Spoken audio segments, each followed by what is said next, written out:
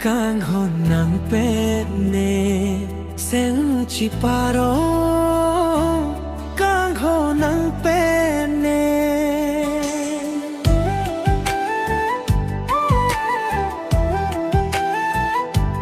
Kijui damling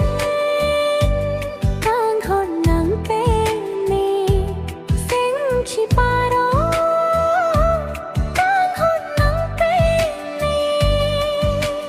Langsun ariri malung ariri Sing chiparong kam kang honang pene Kijui damling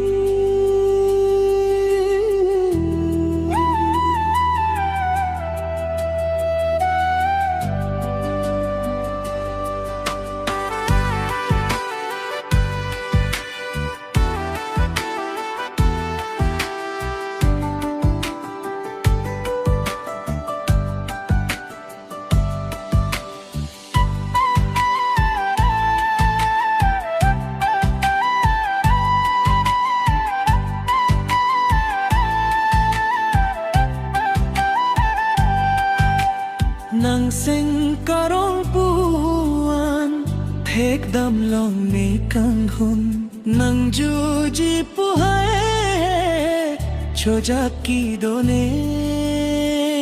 Juji puhai hai Athilang ki ni chirpi Nang sing karong puan Thek dam long ni kang hun Nang juji puhae Chojak ki done Juji puhai hai Athilang ki ni chirpi Kijui damling Kang honang pene Sing chiparo Kang honang pene Kijui damling Kang honang pene Sing chiparo Kang honang pene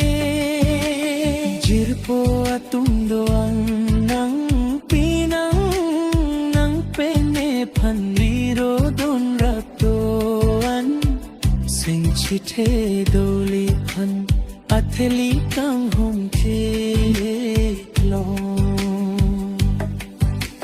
Jirpo atung doan Nang pinang Nang pene Panliro don ratoan Sing chite doli pan Atheli kang hong ke long Sing along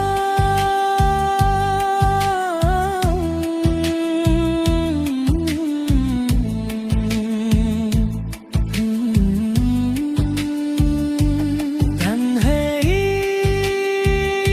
chinam Chojak ki done chenam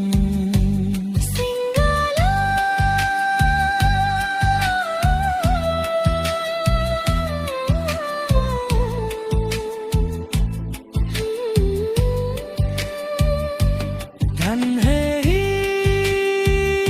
chinam Athele Chojak ki done chenam